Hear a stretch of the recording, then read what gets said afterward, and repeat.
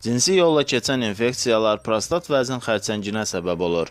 Cinsi yolla keçən infeksiyalara əsasən də qonareyaya, tripperə yoluxmuş kişilərin 2000-ci ildən 2010-cu ilə qədər nəzarət altda araşdırılması bu kişilərdə kontrol qrupu ilə müqayisədə daha çox prostat vəz xərçəngi aşkarladığını göstərdi.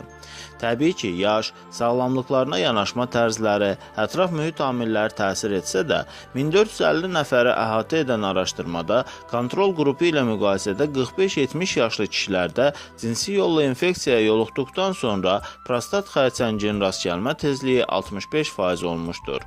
Güman olunur ki, cinsi yolla infeksiyaya yoluxan şəxslərdə prostat vəzdə başlayan iltihab reaksiyası müəyyən vaxt sonra xərçəng hüceyrələrinin inkişaf etməsinə səbəb olur.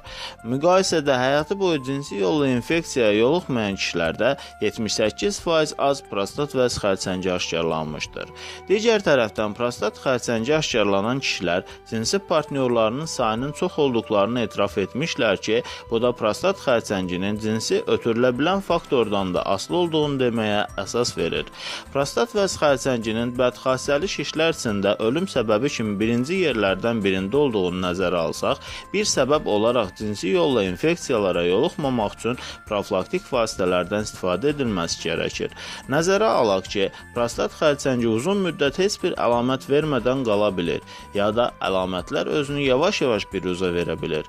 Məsələn, pasient tez-tez sidiyə getmək hissinin olmasından, zəiflənmiş fasiləli sidik şırnağından, sidikdə və spermada qanın olmasından şikayət edə bilər. Buna görə də aktiv cinsi həyat yaşayan kişilərin şikayətləri olsa da olmasa da regulyar olaraq cinsi yolla yoluxan infeksiyalardan müayinə olunması şərtdir. Hazırladı Rauf Kazımov, həkim, uroloq.